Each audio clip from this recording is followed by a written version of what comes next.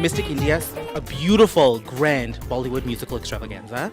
What inspired the creation for this musical? It's actually a funny story. I was actually in India, and being born in the US, it's funny how people in India don't realize how much we celebrate Indian culture here in the US. I was walking in a vegetable market and people were talking in a different language, and they were really shocked that I could understand what they were saying.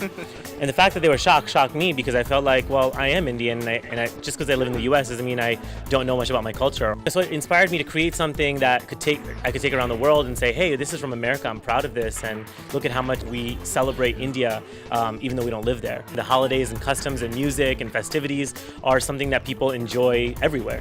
Now, I called this a Bollywood musical extravaganza, but it's so much more than that, because you haven't just focused on Bollywood. It's just one aspect, you know? You've focused on so many different dance forms, the ethnic and the cultural diversity in India. And we try to take an audience on a journey from, I guess, thousands of years ago and bring them to today, and show them how much India has modernized, really, and it's coming of age. Kruti, tell me, how challenging is it to choreograph a dance performance like this, especially when you're trying to showcase such cultural elements when it comes to dance in India?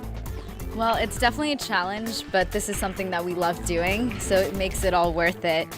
It's been really nice working with Amit. We work on the choreography together, and we put our heart and soul into it, so it's really not a challenge. It's something that we really love doing. Well, India itself, 1,000 films a year. There's a new item song every other day. That must be a serious challenge to try to update this musical and keep it current. We try to change it up every once in a while. I mean, it really comes from the inspiration. If we hear something that we really like, we're like, okay, let's incorporate this in, you know. We perform in the same cities frequently, or a lot of the same people come to the show, so we try to keep it fresh for them. Keeping in mind, obviously, the fact that we want to preserve the traditional aspects of the show, but obviously keep it current with some of the music. Now, one thing I noticed is that this musical has extracted such a diverse crowd.